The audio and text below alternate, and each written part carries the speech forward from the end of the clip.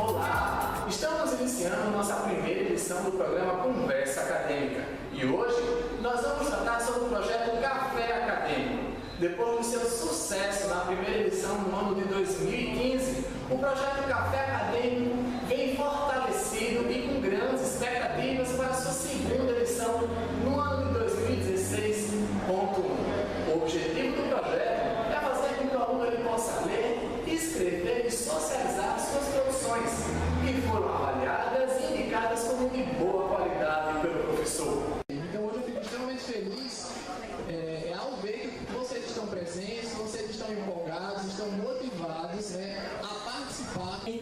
Eu, principalmente, vejo como uma forte... Eu quero agradecer a professora Sônia pelo apoio.